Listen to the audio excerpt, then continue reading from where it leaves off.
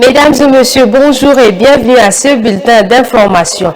L'opération Springbok a été initiée au Nord Kivu avec pour objectif principal de stopper l'avancée des M23 vers Saké et Goma, lancée conjointement par la MONUSCO et les FARDC. Dans un premier temps, il a été décidé d'établir une ligne de défense solide pour protéger les deux villes. Il s'agit d'une approche défensive, ceci après une reprise des affrontements la semaine dernière. Suivez. La mission de l'Organisation des Nations Unies pour la stabilisation en République démocratique du Congo et les FARDC ont lancé conjointement l'opération Springbok au Nord Kivu. Cette opération vise à stopper l'avancée du M23 vers le ville de Saké et Goma. Le commandant de la force de la MONUSCO, Octavio Rodriguez de Miranda, a expliqué que l'objectif principal de cette opération est de protéger le ville de Goma et Saké. Dans un premier temps, il était question de décider d'établir une ligne de défense solide devant ces deux villes. Pour l'instant, il s'agit d'une approche défensive, mais si deux groupes illégaux tentent d'attaquer Saké ou Goma, ils passeront d'une position défensive à une position offensive. Avant de recourir à une situation offensive, d'autres mesures, y compris politiques et diplomatiques, sont envisagées pour résoudre ce problème de manière pacifique. Les FARDC estiment que la décision prise par la MONUSCO est importante et bien réfléchie. Les M23 progressent actuellement vers le sud, le long de la RN2 et de la route provinciale D30, en direction de Saké, cité qui suivait un rempart essentiel dans la défense de Goma. La MONUSCO s'est engagée à travailler avec l'armée nationale congolaise, les FARDC, pour protéger les civils des groupes rebelles armés. C'est pourquoi aujourd'hui, les personnels militaires de la MONUSCO et de la FARDC ont lancé l'opération Springbok. Notre objectif principal est d'arrêter toute envie des groupes armés illégaux d'envahir Saké ou Goma. Nos troupes sont déployées dans toute la région.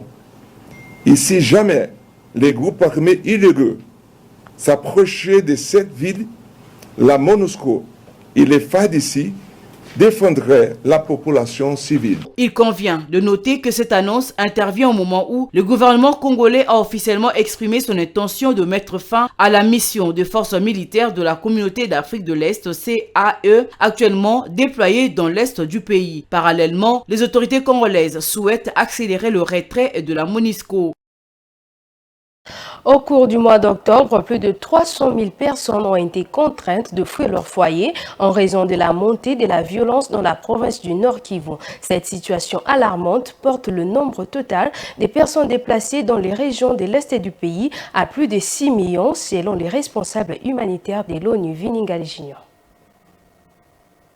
La mission des Nations Unies pour la stabilisation en République démocratique du Congo a exprimé sa profonde inquiétude face aux affrontements en cours entre le milicien du M23, le FARDC et diverses coalitions de groupes armés. Ces combats se déroulent quotidiennement depuis le début du mois d'octobre, affectant principalement les territoires de Massissi, des Rutshuru et des Nyiragongo, marquant une escalade significative du conflit dans l'est de la RDC et représentant une menace sérieuse pour les opérations humanitaires ainsi que pour les sites de déplacés situés en périphérie des Goma. Face à cette situation critique, la MONUSCO et les FARDC ont conjointement lancé l'opération Springbok dans les Nord Kivu. Cette initiative vise à endiguer l'avancée du M23 vers les villes de Saké et Goma. Le Casque Bleu travaille en étroite collaboration avec les forces armées congolaises et la force de la communauté des États d'Afrique de l'Est pour mener des patrouilles afin de protéger Goma. Les Casques Bleus ont également déployé une force de réaction rapide à Rutshuru dans le but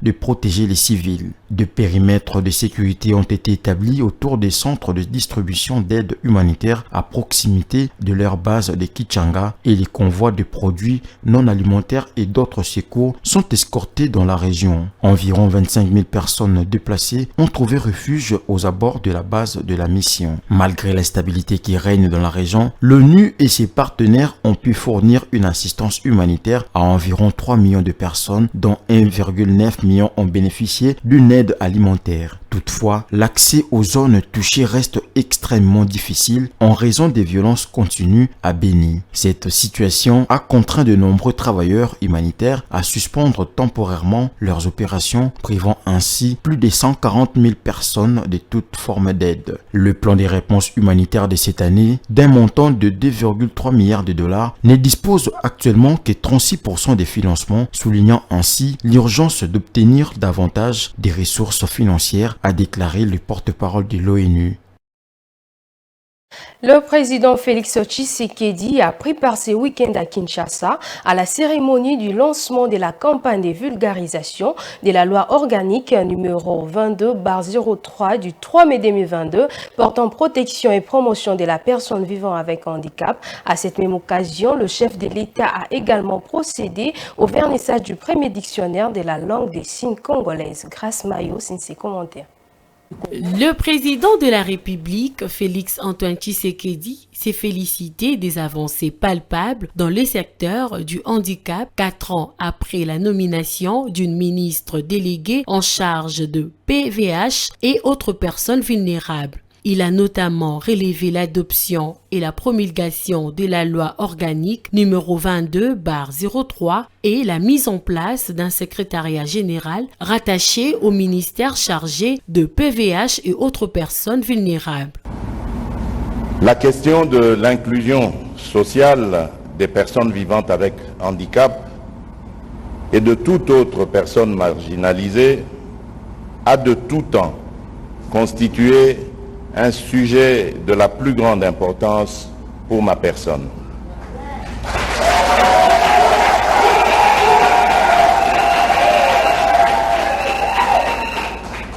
Cette question qui concourt notamment à la consolidation de la cohésion sociale à travers le respect du principe d'égalité dévolu à chacun de nos concitoyens au regard de la loi, s'est muée dès mon investiture comme président de la République démocratique du Congo en l'une des priorités de mon quinquennat.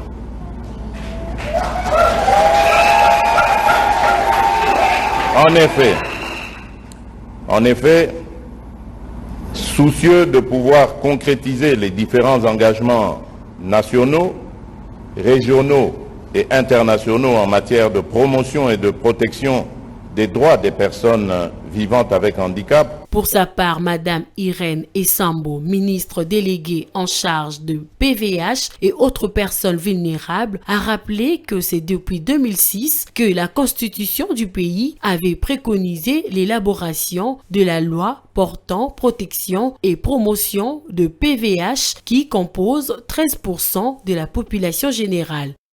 Nous avons pour la toute première fois dans notre pays un secrétariat général pour les personnes avec handicap et autres personnes vulnérables.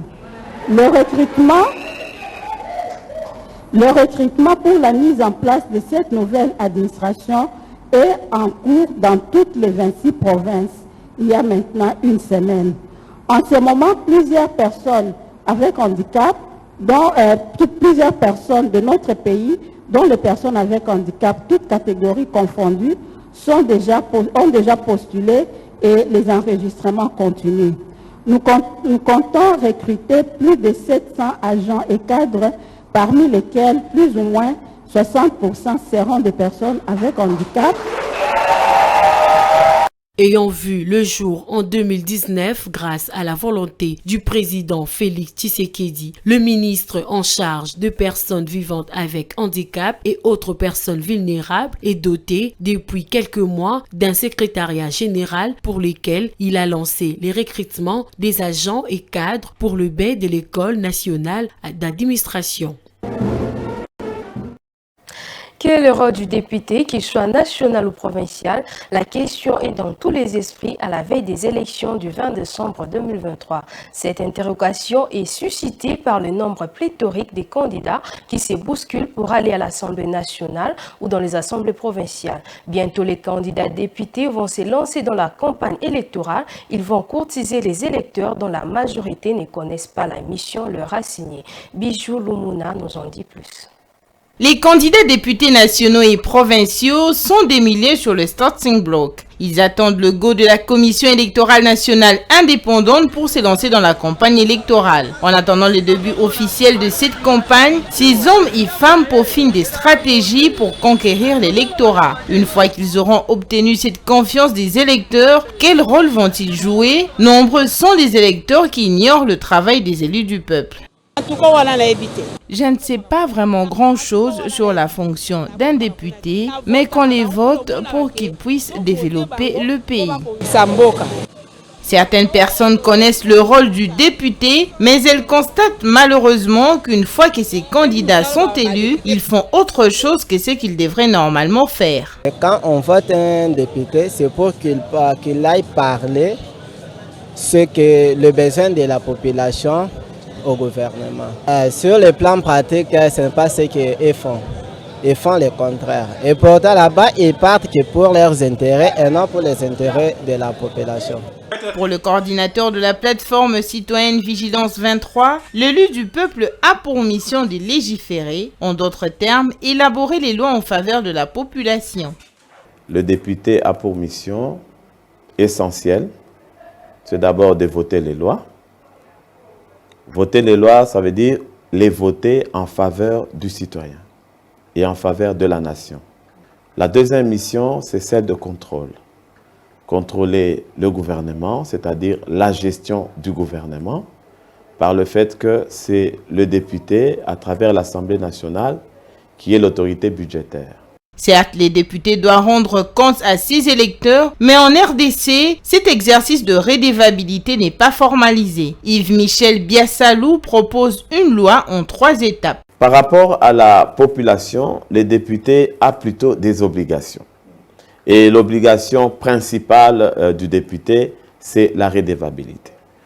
La redevabilité qui consiste, n'est-ce pas, à responsabiliser le député, mettre dans sa tête que lorsqu'il agit, c'est parce qu'il a reçu mandat de quelqu'un. En fait, le député, c'est un représentant du citoyen.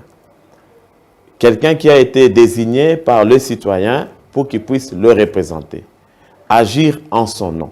Nombreux sont les candidats qui ont brigué un siège à l'Assemblée nationale ou dans les assemblées provinciales. La plupart ne font pas ce qu'ils devraient faire. D'autres se distinguent à faire des petits dons de manière ponctuelle pour attirer la sympathie des électeurs. Pendant la campagne électorale qui se profile à l'horizon, beaucoup n'auront pas de discours, mais iront pour offrir des biens de valeur, l'argent et faire des promesses, des actions qui n'ont rien à voir avec leurs futures fonctions dans les assemblées provinciales ou nationales.